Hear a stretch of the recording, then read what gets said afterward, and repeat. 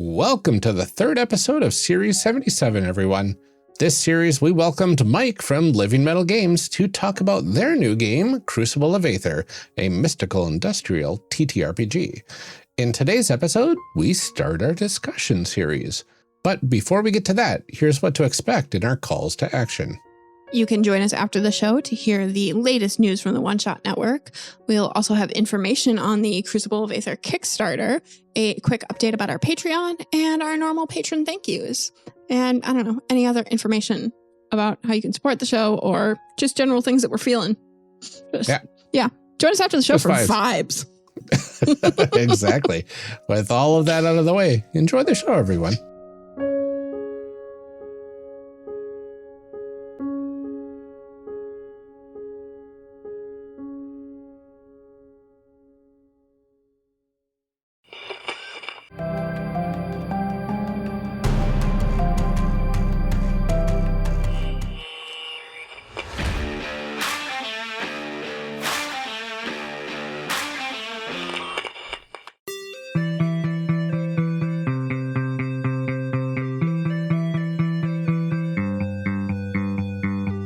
Welcome back to our discussion episodes.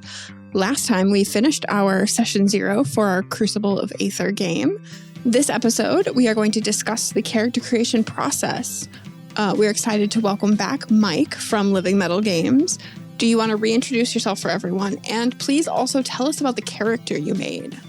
Hi, I'm Mike Macagnone, he, him pronouns. I'm one of the writers for Living Metal Games for our game Crucible of Aether. And the character that I made last episode was Flynn Hooper, Keonosan, sort of fox person who is a little bit more at home in the dark and the dark places of the world. He was raised by a set of sellswords in a country that just had a civil war, and found that the skills he was raised with suited him best in monster hunting, going down into the ruins and dealing with monsters rather than people.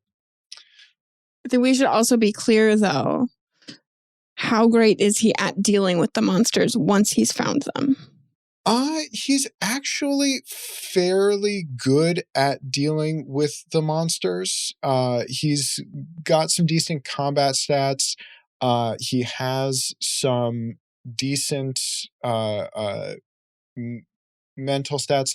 The problem that he's going to run into in dealing with these monsters, that I know is from a game creation perspective, is that some of them mess with your mind, and he does not have the best mental stats. He's got an okay spirit score, which is very good for dealing with fear and being made to be afraid, but some of his other mental stats are not great, and that might not serve him well when problems cannot just be solved with a sword. Mm-hmm. That's fair. So he's really great at hitting stuff, but once it goes beyond that, and he has to really mentally, the mental fortitude maybe is slightly lacking. Well, and also mechanically, he is paranoid, which means that anytime he suffers mental stress, it is increased by 50%. So when things start going 50%? Wrong, they go wrong quickly. I don't think I realized it was that high. No, it is a powerful bonus. It is general bonuses to perception and investigation. So like he's very much got his eyes open, and a bonus to initiative. So when things pop off, he pops off first. But when things go wrong, it hits him hard. Gotcha. So he's like always on the lookout, and that's great for him, except when he looks out and finds something and then it's not as great. Yeah. Got it. Yeah, he's always in the dark looking out for what might go wrong. And when the darkness occasionally looks back. The dark is when the darkness looks back, he is not ready to handle it. Okay. What are red life choices? What's going on? I love that so much for him. I would love playing that, but it would not be so much fun for him. Yeah, right. That's fair. Ryan, tell us about your character. Yeah, so I made Maximia Cardnius, a cardinal person, Valthurian, raised by a tradesman, particularly a blacksmith. Maximia is a 6'2", very well-built cardinal person with like a beautiful red hair, brown eyes, and she's got kind of glowing plumage along the mohawk, the traditional cardinal mohawk, kind of going down her back. She is a blacksmith by trade. She grew up in a blacksmithing house. She took it up. She loves it. But all of her life, she has been told, you have to do something special with that plumage. It's blessed plumage. It's good. You gotta take advantage of that. And she's just like, nah, I'm happy here. Why would I need to change my fate in that way? That's okay. Not now, maybe later. I'm sure nothing like untoward will happen because of that decision, but you know, it's caused her to be happy, and she's just kind of living her best life at this point, until she isn't. So yeah, that sounds like fate's problem, not hers. Yeah, exactly. Seriously, come on, fate. That's Maximia. Amelia, how about your character? Sure. My character is Daria Ascari. She's kind of a moth-looking person. The background I picked was a barber surgeon's apprentice and then now physician. So very interested in medicine, healing, that sort of thing.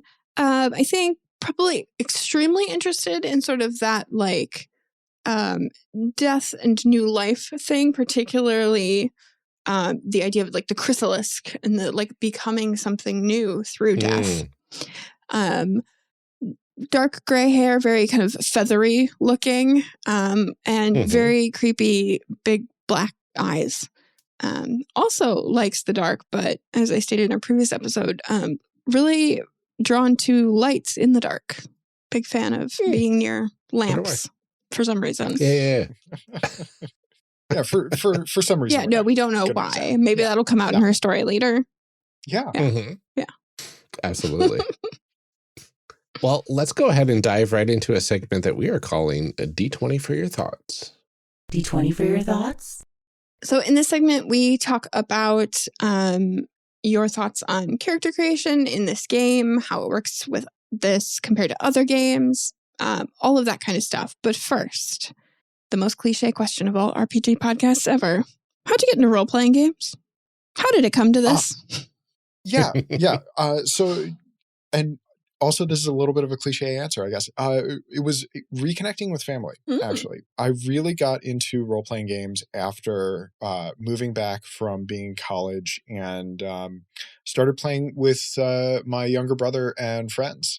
And that is something that we bonded over and continue to bond over to this day. We routinely, share increasingly unhinged character and campaign ideas with each other, texting. Both of us are at this point forever GMs and cursed to be unable to play in our own campaigns. Of course. So then you guys have to like take turns and make the other one run for you. Yeah, that's what we've done for a little while. And of course, the big bad of scheduling gets in the way constantly. True. The end boss of all end bosses is just, finding enough time for your hobbies is a heck of a thing. Yeah. Yeah. No, I feel that. My brothers both play. They both have their own groups, so they do not play with me. They come to my house to get stuff to play their games. Because of my Annie's judging and everything, I have like tons and tons of books and stuff and like not enough room for them, admittedly. But a couple of weeks ago, my younger brother came over and just like took 2 boxes of stuff with him. Like I have a full set of the Pathfinder core books. Yeah, let me put those in the box for you. Let me all kinds of stuff. Last Christmas, I think we got my other brother to run a Fallout one shot for us. But yeah, I wish we would like play together more because I'm a never GM. I do not run games. I do not like it. I do not find it fun. I've tried. It just is not for me. One of my brothers is a forever GM, and I think the other one is similar to me and is like, no. So we're like trying to con the one into just like running games for us. You almost have an entire RPG group between just the three of you. Yeah, we do. We do. We can't get the youngest two in on it. They're like, no, thank you. And my dad thinks that we're weird nerds because he had one experience playing D&D in like the 70s and didn't really love it. And now it's like, you're all a bunch of weirdos. And we're like, I mean, yeah, maybe. But did you think about the fact that like maybe some of this is your fault because genetics? Genetics. Yeah, they're all playing genes. Yeah. Absolutely. Yeah. But I like that it's like something that we've all found as adults. I think my brother and I played in high school together. Maybe we were in the same group for like a year and a half or something like that, but then stopped and all came back to it separately as adults with totally separate friend groups. And yeah. That's what brings families together. Yeah, absolutely. Well, Mike, what sort of process or mechanic do you really love to see in a character creation system? I really like a character creation system that results in your character feeling at least somewhat mechanically unique. I know that answer by itself betrays that I've got a personal leaning to more crunchy systems. Because if there's not a whole lot to the rules, it's kind of hard to make a character who is unique within the rules. But yeah, like I have not been able to play it myself, but I love the in Warhammer, you've got the lists of like basically like tchotchkes or talismans or things that are, it is a mechanical part of character creation, but it is something that is then unique to your character. That you know, it helps it stand out. But yeah, even within, you know, systems that don't have a lot as much to them in terms of like character creation, even stuff like Monster of the Week, I really lean into things that give space for a character to be unique. I think one Monster of the Week character I had, his thing was shape-shifting tattoos that would change within you know, within the scene to like betray that he's about to do a big I can't remember what the name of the magic is of about to do a big thing. It's like all of a sudden like the tattoos are changing on his skin. And that was fun to lean into, and that unique aspect of it was really fun to lean into in terms of playing that character and like, oh, do I wear long sleeves or call attention to it or whatever. That I really do like a system that either itself has that mechanical thing that your character is unique or gives enough space that you as a player can try and make something that is your own. Yeah. Absolutely. And then sometimes you play Monster of the Week and you make a character that happens to be a Muppet. Okay, that was a whole other thing. That was a whole other thing, and I still don't want to talk about it. I'm still not emotionally prepared to talk about what you did last month on this show. It's not okay. Not okay. Oh, God. No, I feel like that's always... It's a hard thing with a lot of those PBTA games, and we've covered a lot of them. And, you know, I've said in the past on our show, too, that's always like kind of my hesitation with continuing to cover more and more PBTA games is that, you know, it's like kind of check the boxes on the sheet. And they are very open-ended. So you do end up with people like defining those things very differently in play.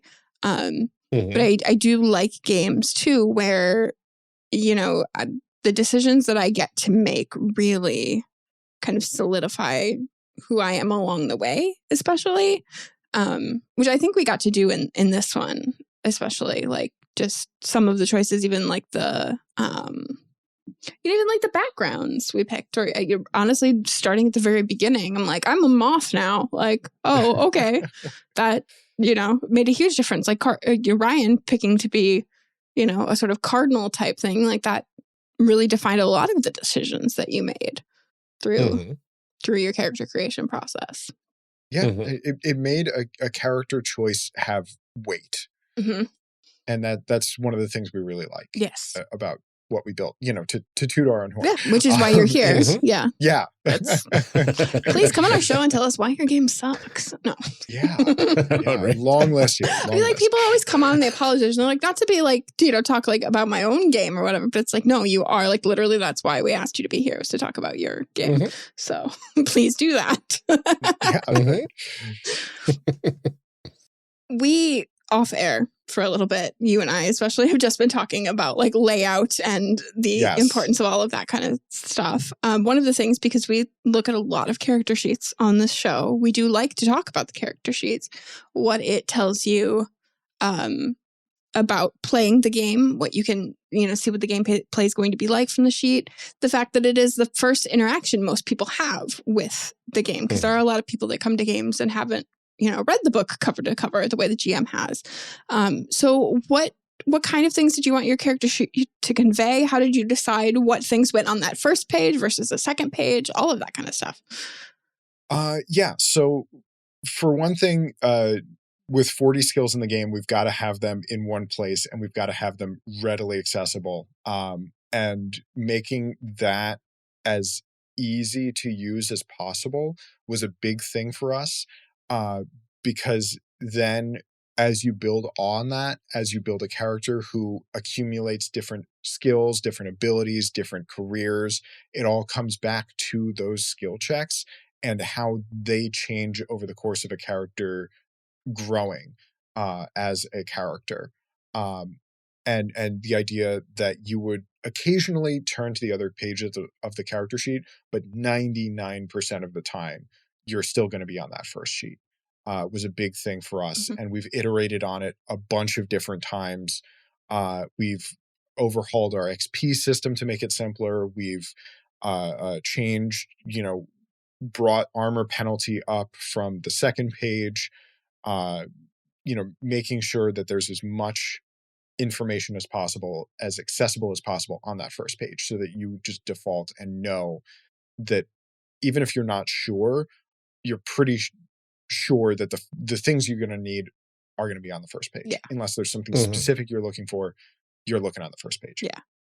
Your kind of roll to roll information is there, I think especially when games have magic and stuff too, that like, there are a lot of games where you will need a second page to put all of like those spells and what they do and all of that kind of stuff. But it's, I do like when it's like, okay, if I'm making like a basic roll that could happen in any situation, no matter what type of character I'm playing, is that information I have to search for. And,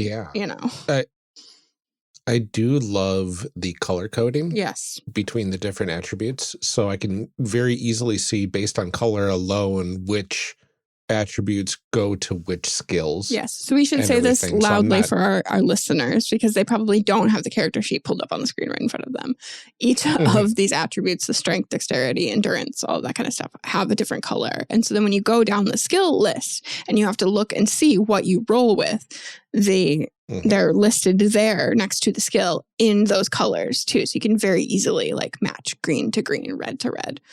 Visually, it's very quick to look at. I think that it's such a small choice to make them different colors, but like it's such a help to not. Well, it's not only different colors; it's the weighting of primary versus secondary, right? Yes, like the primary are bolded and the secondary are regular, and just that visual minor difference alone.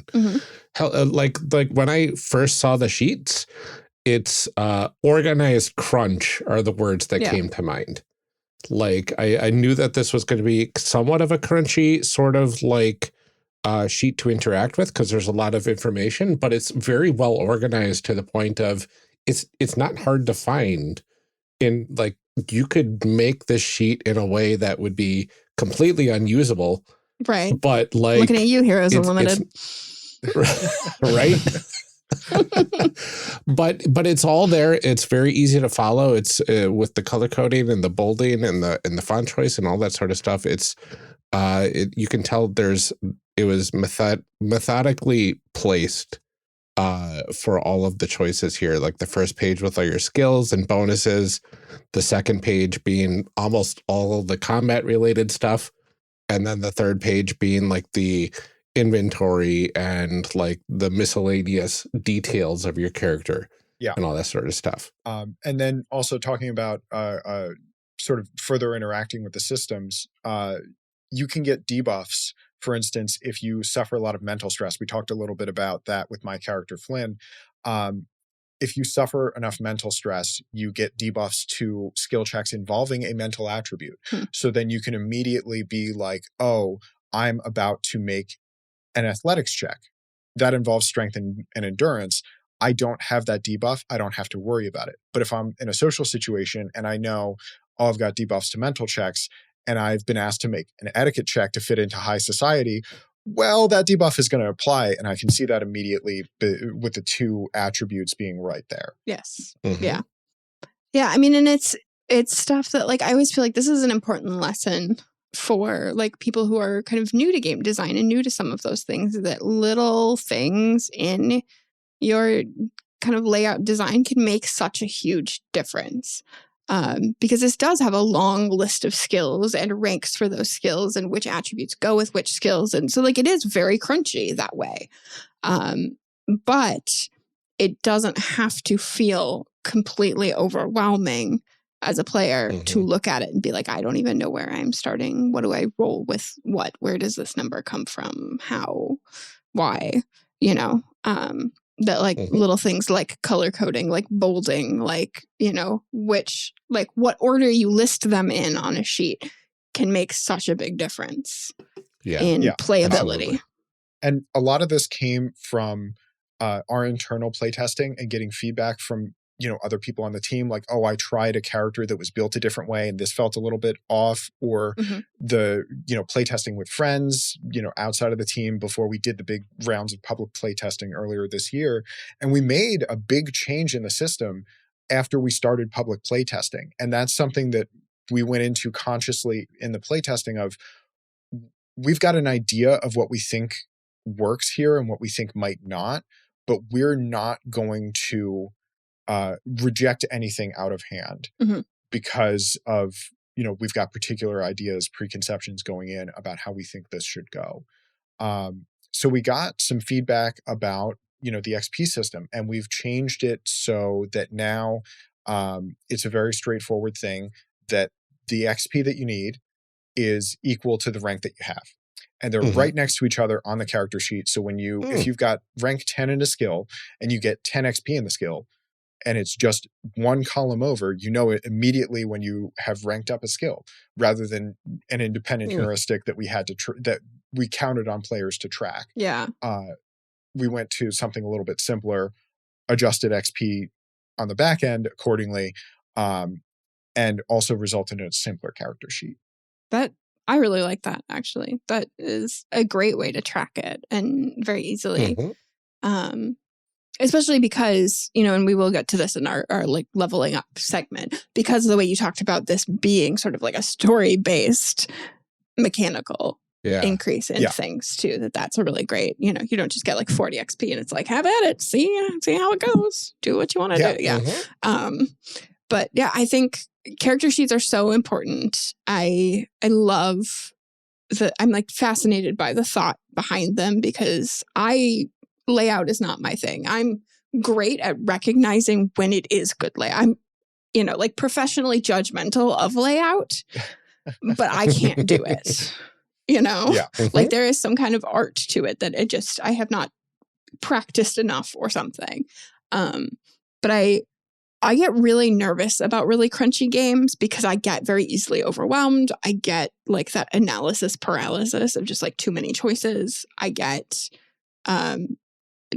bad grades in math generally.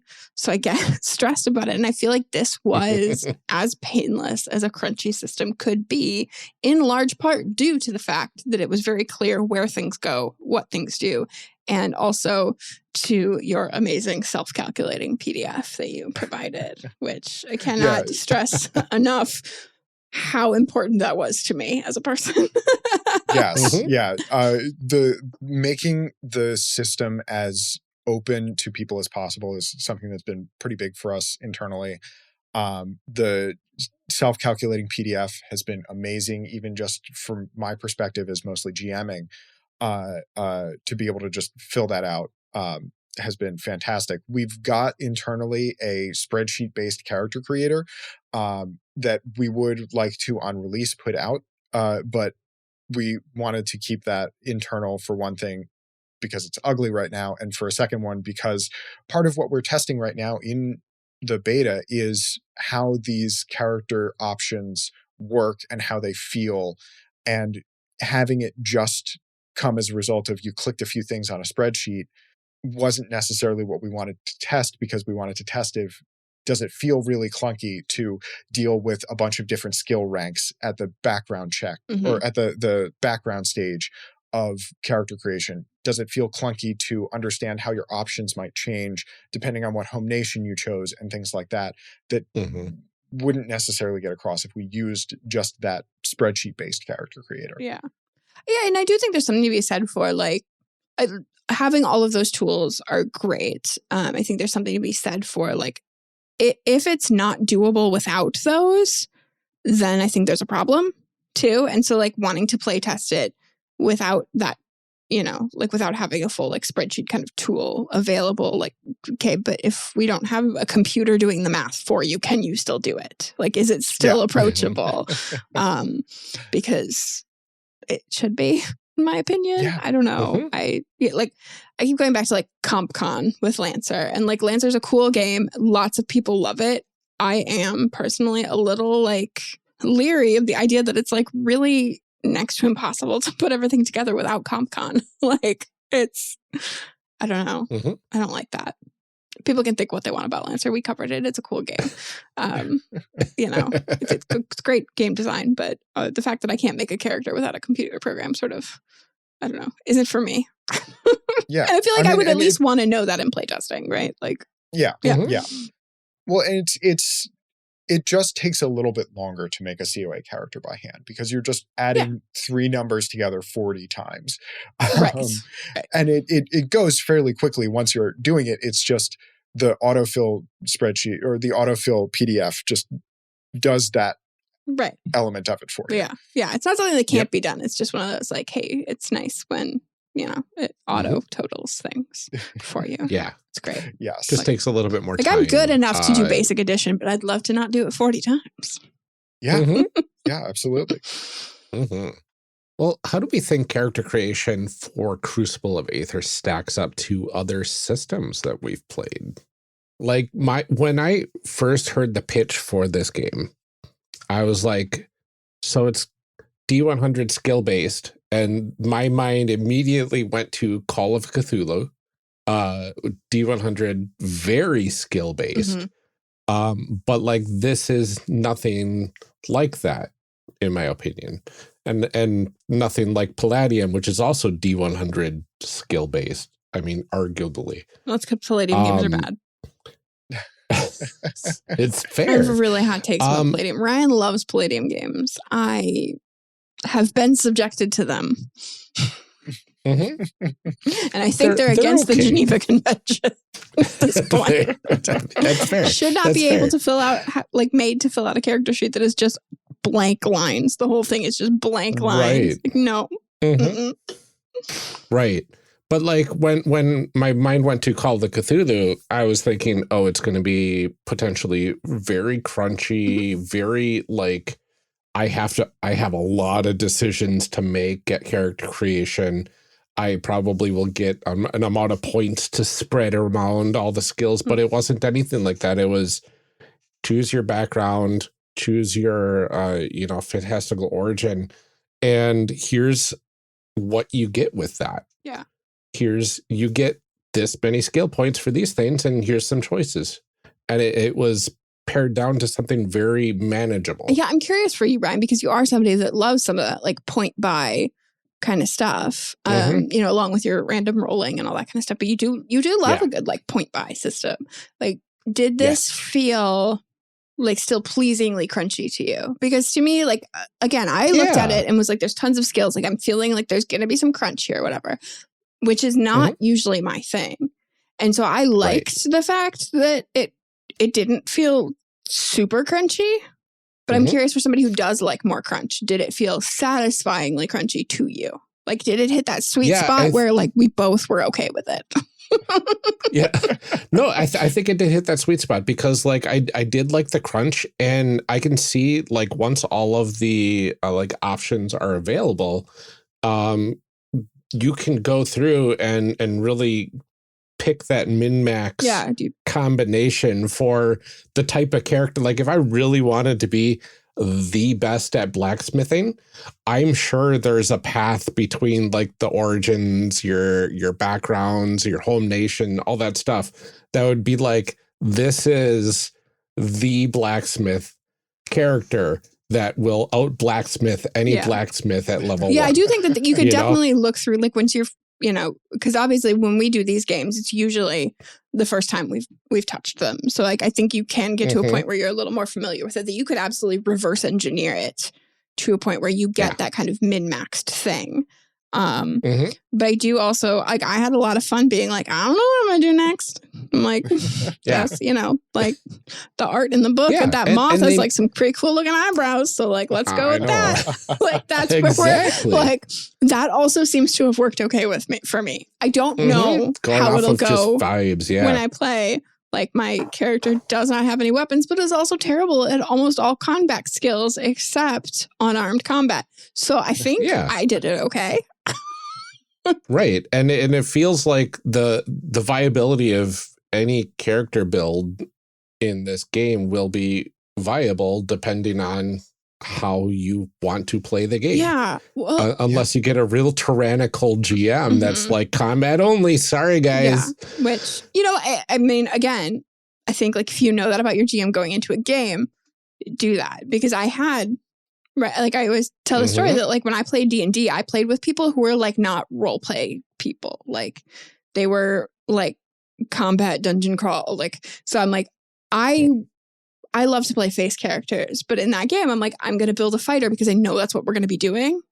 And I want this to be fun for me, I do think, and again, probably we'll get to this when we get to the leveling up part, that like, because of the way that you level up skills that you've been using and things, that would really work well for me. As somebody who'd be like, maybe I am bad at this, but I'm going to keep trying it because this is what I want to get good at. Get there. And you learn by doing, right? Yeah. And also because of the way XP works, you will advance that skill more quickly if you're not as good at it because, just as you learn a skill, the basics of it can come very quickly and you advance a little bit more quickly at the start as you sort of get the basics under your belt. But becoming very high level at a skill takes a long time, as it does in the real world. Yeah. That's very cool.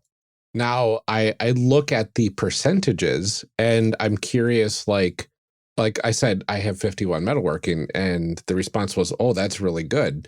And to me, that says a little over 50% of the time I will succeed, like whatever that means in the grand scheme of the system. But it feels like failure's not like super, like kind of like a D&D failure. It's just you either fully succeed or you fully fail at it. Yeah. So crafting in particular is a little bit different, but you still do gain 1 XP on failure. So if you look around and if you've got one of those skills that just has rank 1, the first time you attempt to check with that skill, you're going to be ranking it up. But in terms of crafting, if you fail, it's a failure. We've got some stuff in the GM chapter about how to fail a story forward. And fail it forward consistently. So for instance, like if you're trying to pick a lock before the guards get back, the failure might be you picked the lock and it creaks open as the guards come around the corner. If you're failing at a crafting check, it might be you wasted the day trying to do this thing and the consequence is, well, now your party has less time to do the thing that you wanted to do. How are you going to deal with the consequences of that rather than just you failed the check? Here's happens. 1 XP. Nothing happens. It's very much encouraging, embracing the consequences of roles, even when it's failure. And that feels a lot more realistic than like, well, I failed the roll by 3 points, and now the sword that I was making is completely ruined, and I have to start from scratch again. Yeah. Like, sure, that might be a potential consequence if that was on the line, but you could also go the route of, well, you know, I missed a step here. Now I have to just kind of finagle it a bit longer than normal. It's going to take a while, but I still learned something from it. Yeah. And the other thing about the crafting system is there is a thing called accumulated successes in the game, and crafting system uses that. So in order to make something more complex, you need a certain number of accumulated successes. And that could be a series of rolls that you do in metalworking or whatever other crafting skill, or it could be a very successful roll in metalworking or whatever crafting skill. The idea being that a master smith is able to do complicated work more quickly, and then have that thing done that much more quickly. So for instance, firearms, you can make firearms in the game. They require 10 accumulated successes. So it's going to take a little bit of time to make a firearm. And then also talking about, you were saying about your character having 51 in metalworking. Aside from whatever other bonuses you get to metalworking, you might have some. You can also get bonuses from, if you're using good tools, you can get bonuses from, again, we talked earlier about, I think it was in the other episode, talking about rewarding role play. If you convinced another character to help you, like if you've got an apprentice smith who decides to lend a hand, the GM might be like, okay, you spent time at the table and effort in role play to get this person to help you. You're going to get a mechanical bonus. You're going to get a +10 bonus as this person tries to help and, work the bellows for you, things like that, to make it that much easier to do. Narrative min-maxing. Yeah. Yeah. We encourage role play to min-max. We got an explicit so many of Ryan's finessing favorite the GM. words in his favorite order. Yes. And then also in the sort of behind the screen in GM chapter, in terms of crafting challenges, we've tiered things out. In addition to the hard-coded difficulties for some things, we've tiered things out to give an idea of, when you're playing at the table and a player says, I want to do this. And then the GM has some tables to be roughly like, how difficult is this to do? So that if you have a skill that your character is decently good at, and it's like roughly at the level of the rest of the party, you're going to have between a 40 and 60% chance of success, aside from other bonuses. And encouraging the GM to set the difficulty based roughly on where the party is and where the skill ranks are, so that a character who invests in, say, being a blacksmith and has abilities that tie into being a blacksmith, they're not penalized because they've got those extra abilities. It's based off of the base rank of the skill. Okay. So like, I guess because I always just assumed it was like if it's a D100, like you roll above your skill or you roll below it. But like, so how does difficulty work? So difficulty is a plus or minus to the roll that factors into obviously how difficult it is, and then also how much XP you get for success, or what you get out of it. Okay. So for instance, a +30 check, which is the easiest check that we've got in the game, will give you 3 XP in a skill. A +0 check will give you 6 XP. Okay. And each iteration of 10 is another XP. So you're going to advance your skills more quickly if you do more difficult checks. You also have a greater chance of failure. Got it. That's really interesting. But then a failure is you just get 1 XP towards the goal. Yes. So you can easily, if you're doing some of your bigger skills with some bonuses, get some good XP on those, even though the ranks are generally higher. Yes. Yeah. So it means that as you get better in a skill, you advance more quickly by trying the more difficult thing. The thing that Yeah. requires more mastery, you will learn from more than doing just everyday like humdrum that. things. Amazing. I really And like also talking about the crafting system, there's a quality built into it with hard-coded difficulties. So for instance, if you want to make a masterwork sword that is going to be amazing and have all of these bonuses, you can try and make that. It's going to be a minus, 30 check to try and make it, which means that your character that you made would from the get-go have a 20% chance to have the first of a number of accumulated successes to make that sword. Mm-hmm. And that's, you're taking the risk. You might be able to make it, but you're taking up time at your time at the table to try and attempt that. Mm. Yeah. Unless I gather an army of apprentices and masterwork tools and but it encourages you then narratively right? to do those things. Yeah, exactly. And exactly. That's really cool. If that's what you have devoted your character to do, that's effectively what the story at the table's become. Yeah. Like if you are then going town to town to like find the best tools and the best materials, and then like over the course till you get to a point where you're like, I will, my life's goal is to create this thing. Yep. Now I've got a 99 on my skill roll, and then I roll a 100 and be sad. And then you get a 1. And Success and failure are always possible in our system. If you roll a 100, you fail no matter what it is. And if you roll a 1, you succeed no matter what it is. Ooh. Just go for broke. Yeah. Well, and it's also that thing of like, even when everything is turned against you, somebody appeared behind you and tried to stab you in the back, you might still dodge. You might. You gotta roll Maybe and find out. Maybe you sneezed at exactly the right moment and they missed. Exactly. Play to find out. Yeah. Absolutely. You have to be able to make sure that there's something to find out still. Mm-hmm. So I feel like we've covered this a little bit here already, but how do you feel like the process of making characters informs players about what playing the game is going to feel like? Like, does it set up your expectations? It feels like it's setting you up for those skill checks, right? And having that kind of forward facing, you're going to be doing a lot of skill checks, and the whole point of gaining knowledge for each skill by utilizing them. Yeah.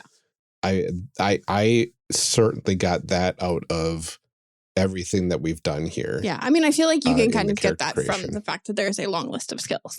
That's, because I feel like that is your go-to is like, well, I can tell that it's a skill-based game because there's skills. And it's like, well, Ryan, thank you for that scholarly. Well, right.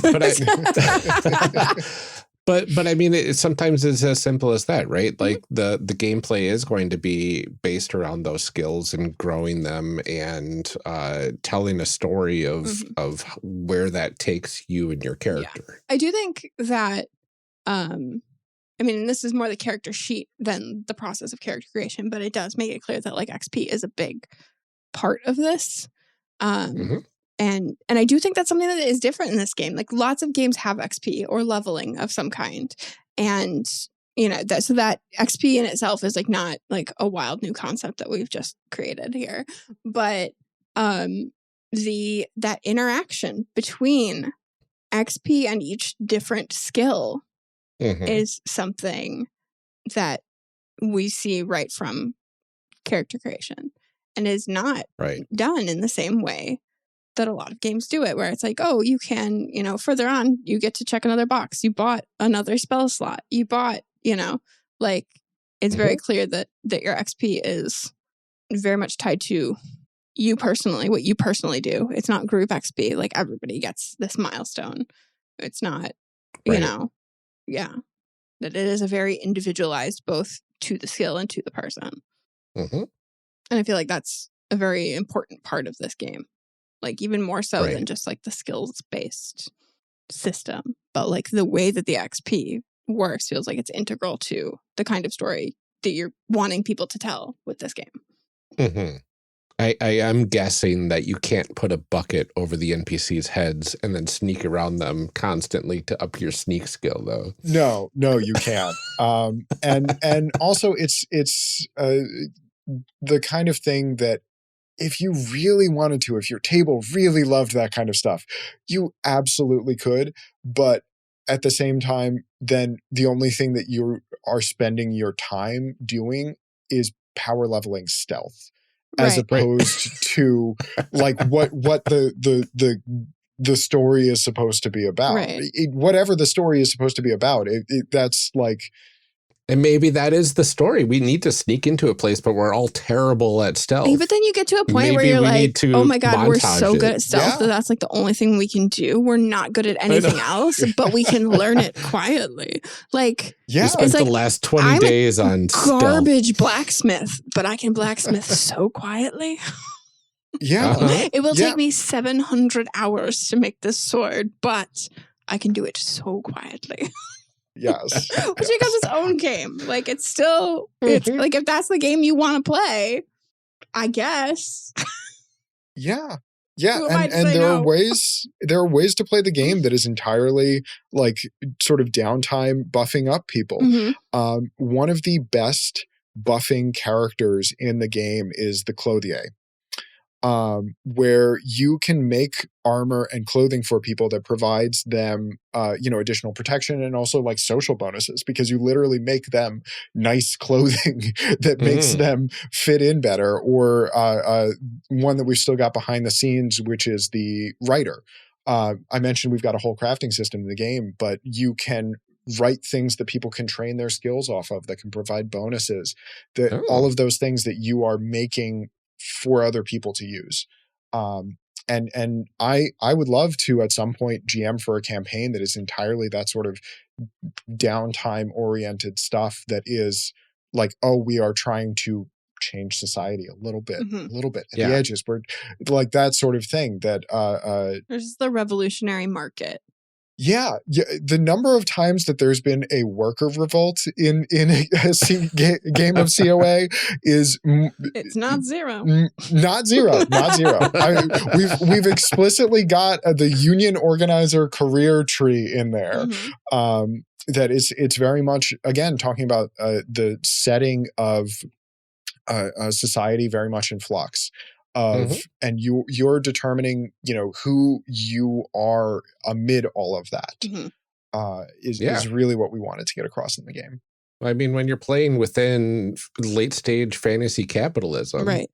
Yeah, you definitely have the thoughts of how can we overthrow this system and do something better. Yeah. I mean, when you have like a whole place that's just like, what if Dickensian nightmare though?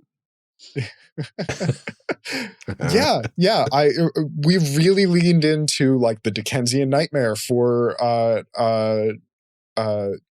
New Gradaria. The Odeo or Lausland, where my character is from, literally has a fortress called the Oculus, where the guy in charge of it has sort of reverse engineered the Panopticon as a good idea, actually. Oh no. Yeah. So there are a lot of places in this world where it's not nice to live. And that has frequently been an impetus for people playing characters who are trying to better themselves in the place they were. Absolutely. That's not. It definitely gives you a lot to play with. Yeah. At the very least. Yeah, I was gonna say, and that's not really like a question that we have in here to talk about, because a lot of the games that we cover are very much like build your own kind of setting. Like, here's the vibes, have at it. So, like, what do you feel like the setting really like wants people to do too? Like that, I mean, it feels like it's written in a way that like revolt is a very common trope that can happen in your games. Oh yeah, absolutely. And revolt, social upheaval, and also just dealing with the consequences of the current system. So for instance, my character who, monster hunting ranger, his job wouldn't really exist if they just stopped using the ancient ruins that power their factories and just sealed them up. They wouldn't have to worry about it. They would not have to worry about the nightmare-inducing monsters crawling up out of the darkness if they just closed the door to the darkness. But they make a lot of money with that door open. So we're just going to hire somebody to kill the monsters. Right. It's cheaper to pay the fines than it is to do the right thing. Yeah. Exactly. Exactly. And it's dealing with things like that. Like I recently ran a campaign where it was basically an old blood feud boiling over when the party arrived, and there was a death at a wedding, and all of that stuff was playing around in the background of the party doesn't have any money and they want to get out of here before the snows have them stuck with these people for the winter. Mhm. And that was the campaign. And that's sort of dealing with the follow-ons of all of the aspects of what the setting is of, well, there are people who don't have a lot of resources, who can be stuck in bad situations, who might want to get out of those situations before it gets worse. Yeah. Absolutely. Call to action. Yeah, like that.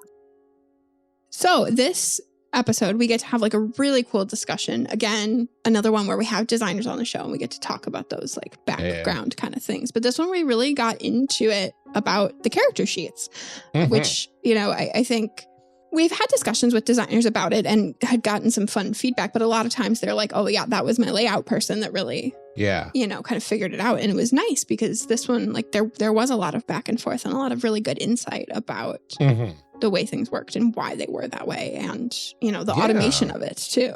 Exactly. Especially like with a heavier crunch game like this and one that is based around all of the skills that your characters can get and progress in. Right. It's really an interesting puzzle of how do you present that in a character sheet that's not overwhelming. Right.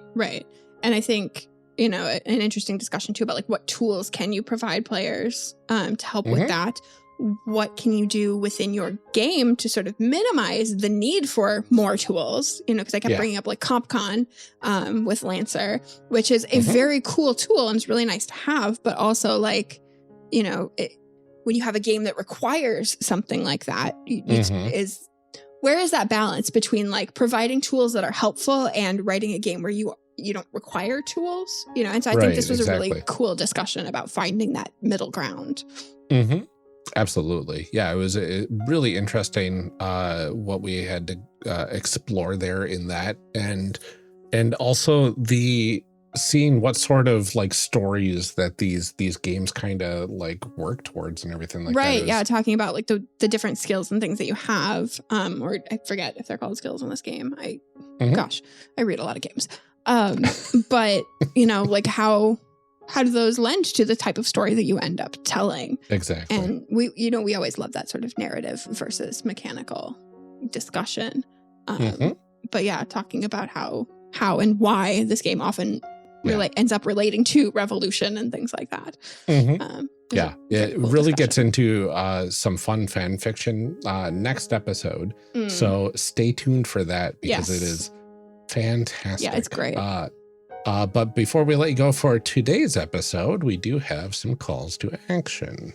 First up, if you like what you're hearing about Crucible of Aether so far, their Kickstarter pre-launch page is live. You can find that down in the show notes. Head right over there to sign up and to have Kickstarter notify you when it launches. Definitely check it out when you have a chance because it's a cool game. Absolutely. In other news, Twitter has still abandoned all of its safety practices lately. So we decided to set up shop in a variety of other areas. I have not checked Twitter for at least a week personally. I've stopped posting there on the C3 account. So really the best place you can find us is on Bluesky. We have a little bit of a presence on TikTok, or you can just head over to contact.charactercreationcast.com and see all the places that we're most active. I do have to update it, but for now, Bluesky, TikTok, and honestly, our Discord. Yes. Best way to get a hold of us directly is our Discord server at discord.charactercreationcast.com. Yeah, I know. I moved my personal stuff over to Bluesky. I still have Twitter, mostly because my sister and I DM each other there. That's like all I use it for. I made my personal account private. I did the same with my Instagram. It's private now. But yeah, we have all of those things for Character Creation Cast too. So, and I am not on private over on Bluesky. Ryan's on Bluesky. They're building a nice little TTRPG community. We've made a starter pack where you can follow all of the people that we have had on the show in their various projects if they're on Bluesky. So absolutely. Definitely come find us over there. Amelia's got a starter pack for the One Shot Network It's folks. true. So a lot of cool people to follow there. A one-click follow for everybody. Mm-hmm. Next up, we have new stickers on the way for our campaign level backers and up. This is the $10 level of our Patreon, and it nets you every sticker we've exclusively put out for the Patreon, as long as we still have stickers in hand. So if you sign up now, there are 18 stickers currently. So many stickers. So many stickers. For $10. 18 stickers for $10. Stickers and a new one, for every month. Usually we send out about 3 at a time, just because it's easier for us to keep track of when we sent them and everything. But I do make one for every series. So there's a lot of cool stuff in there. You can get all of them. One of them, I realized, has been sent out to backers. I sent it out last week. And it references next week's episode. So if you get one and you're like, I don't understand, just stay tuned. Just keep listening. Just wait a week. Don't leave us. We promise. you'll get it eventually. It's playing the long game on that one. Yeah. So if you head over to our Patreon, you can get all kinds of stuff, even at the free level. So like tonight, gonna do it, I swear. To put up our character sheets. I know Ryan tries to post our outtakes there. You can get previews of the new stickers that just came out to decide if you want to back at the sticker level. If you back at the $5 level, we'll send you some dice and a lovely handwritten thank you note by yours truly. I just organized all my craft supplies, so now's your chance. We are also trying to get back to doing our chit chats and stuff. I think I said on the last recording, as soon as my life settles down and we can have a nice chit chat instead of a trauma dump, we'll get back to those. I know people aren't paying for my trauma dumps, I pay someone to listen to that. That's exactly. You don't pay me. Maybe post Thanksgiving will be the time. Yeah. I guess maybe if people want to pay for me to trauma dump, we can, I guess. I'm not against it. But let us know. Yeah, let us know, patrons. Yes. So I apologize also if you have been waiting for stickers, if you're at that $10 level and you have not gotten them. I promise you are getting a pack of like 7 or 8 of them right now, because I struggled to come up with designs. So mostly this section is, hey, patrons, Amelia's trying real hard. And look, I follow through eventually. Absolutely. Yeah. So if you want to get into that sort of action, you can go to patreon.com/charactercreationcast, and we've got so many cool things. And honestly, we offer a lot for each of the tiers, and we are trying our best to honor all of them. And I think we've been pretty good so far. Yeah. Our chit chats have been slow, but we're really hoping to get back to those once I've got my couple big life things figured out, which hopefully very soon. Yeah. Very soon. But every little bit helps from all of you. So if you are able to part even with $1 a month, it would help us out tremendously. For now, we would like to thank our current patrons, as we do every time. So anybody who is a patron, we will read your names and tell you thank you right now. DJG, aka Tigranosaurus, aka a former guest of the show. Eric Bonds, Daryl Holiday II, thank you for your support. Shadim Cabal, the Shyest Barbarian, and Benjamin Sweeney, we appreciate your support as well. Thank you. Rob Fletcher, Kevin Brown, and Tentacle Duck, many thanks to you. And John Adamus, A3 Sketchpad, and Cole McCallum, so many thanks to you as well. Carlos Salazar, Eric S., and Ian Popmeyer, we're happy to have you here with us. Thank you. Liam G., Brian Colm, and Garden GM, you all rock. Thank you. Thanks, Tanglefoot, Blue Kryptonite, and Danny. We're so glad to have you backing us. Nicole Trainer, Leah Murray, and Kenning, thanks for believing in us. Brian Kurtz, Mark Fair, whose Patreon package is finally on the way to his house, and Drew Owen, we are happy to have you here with us. Thank you. And thank you to all of our future patrons. We are currently under our operating budget every month between the podcast costs and the Patreon rewards. So we do need your help to get us back to a sustainable level. If you are able to chip in even a little bit, or even just sign up for the free tier to get exclusive updates, That would mean the world to us. Our community is extremely special, and the patrons have been an amazing part of making that community an absolutely beautiful place. So check it out at patreon.com/charactercreationcast and check it out and see what everybody's talking about. Yes, I would like to add to that because we keep mentioning our Discord. Discord.charactercreationcast.com is a place you can go to talk with us and be part of our amazing community. That's all we have for today's episode. Join us next week for the final episode of our Crucible of Aether discussion series, including fanfic that we have knocked out of the park, and learn what your sticker is about. Dear patrons who got a sticker, we'll finally reveal what that sticker means. What does it mean? Until then, take care of everyone. Stay safe, drink some water, keep making those amazing people. Have an excellent Thanksgiving. Is that this week? No, that's the following week. You know what? Think about having an excellent Thanksgiving. I understand when episodes are coming out. We will see you next time, where Amelia will be, hopefully, more combobulated.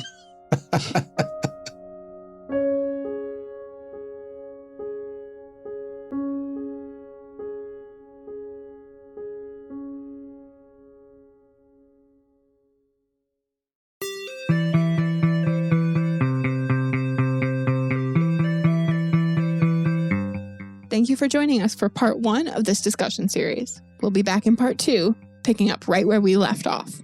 Character Creation Cast is a production of the One Shot Podcast Network and can be found online at www.charactercreationcast.com. Head to the website to get more information on our hosts, this show, and even our press kit. Character Creation Cast can also be found on Twitter and Bluesky at CreationCast, or on our Discord server at discord.charactercreationcast.com. I'm one of your hosts, Ryan Bolter, and I can be found on Twitter and Bluesky at Lord Neptune or online at lordneptune.com. Our other host, Amelia Antrim, can be found on Twitter and Bluesky at Ginger Reckoning. Music for this episode is used with a Creative Commons license or with permission from the podcast they originated from. Further information can be found within the show notes. Our main theme music is Hero Remix by Steve Combs and is used with a Creative Commons license. This podcast is owned by us under Creative Commons. This episode was edited by Ryan Bolter.